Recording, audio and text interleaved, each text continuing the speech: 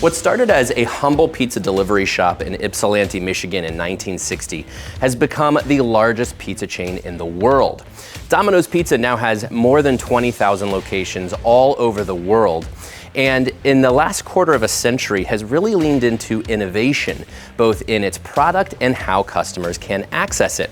We're here at Domino's Ann Arbor, Michigan headquarters to sit down with executives and talk about how they respect the 65 years of history while also pushing the company and the entire pizza category into the future. Tell me about the origin of New and Improved. And obviously for clarity, this is where you said, hey, our pizza's no good, we're gonna change the recipe, and we're gonna tell you all about it. Yeah. Nobody's ever done that before in the restaurant industry, and to my knowledge, nobody's really ever done that since. Yes, when I started in September of 2008, and by November, the stock was under $3. But it wasn't just a product issue, it was actually a brand issue. We took the Domino's pizza, we put it in the competitor's box, and people thought it tasted better. We took a competitor's pizza, we put it in a Domino's box, people thought it was worse. It's all about consumer tensions. And for us to come through and be really honest that our product sucked, it just cut through the tension. And we resolved it with a superior product. So that was a huge learning for me. And the more you fight against it and try to control it, the more it feels forced and inauthentic. Bring innovation that consumers care about, and then they'll talk about you in all the ways you want them to talk about you. You know, I remember when I was deciding, at that point in my career where to go, one of the things that was really important to me was to end up in a company that was a single brand.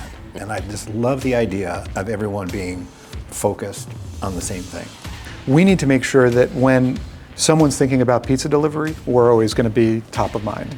And that's everything from our loyalty program to some of the technology. One of the things we've done forever is we've been able to predict what orders are about to be placed into the store. When we see someone online and we see what their behaviors are, we can actually give the store a couple minutes heads up on what orders they need to start making. So that's what DomOS is about. It's a full proprietary stack. Why was proprietary so important for you to pursue? Because there's millions of companies on the market. Yeah, there are. And we just don't see the platforms available in the third-party space that will allow us to drive the innovation and the value that we're looking for into our franchisees. What kind of culture do you feel like this company has? If you're a Domino's franchisee, it means you started as a driver or as a pizza maker.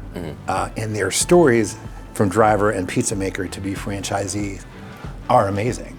The brand has changed their lives, and they have changed other people's lives. The power of possible exists within our system. Our recipe for success, if there is such a thing, has been just listening to consumers, listening to franchisees, partnering with them, and then taking bold action. It's not about launching cool tech, and it never has been for us. If it doesn't add the value to our franchisees, then we don't want to do it either. And so it's our job to make sure that that technology is fully vetted, fully understood, and the value actually comes through with it. When you work in an organization like that, and a brand that has that heritage, you feel responsible to continue to drive things to our customers and to our franchisees that are going to add value and continue to make it simpler and easier.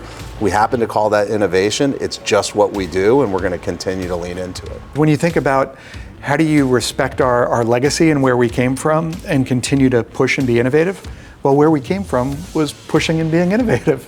We refer to ourselves as a brand in progress. From inventing delivery to the heat wave bag to card toppers to the tracker, it's always been what we do. We need to innovate in everything we do, not just new products. And our job is to beat the best. We used to be number 2, now we're number 1. Doesn't mean we have nobody to beat, we just gotta beat ourselves. If innovation was only new products, this would really start to get old. There's a difference between innovation and spinovation. Like innovation is something that never existed before. We want consumers to be saying, I can't believe a pizza company just did that. If you're not having fun with what you do, you kind of get a little paralyzed.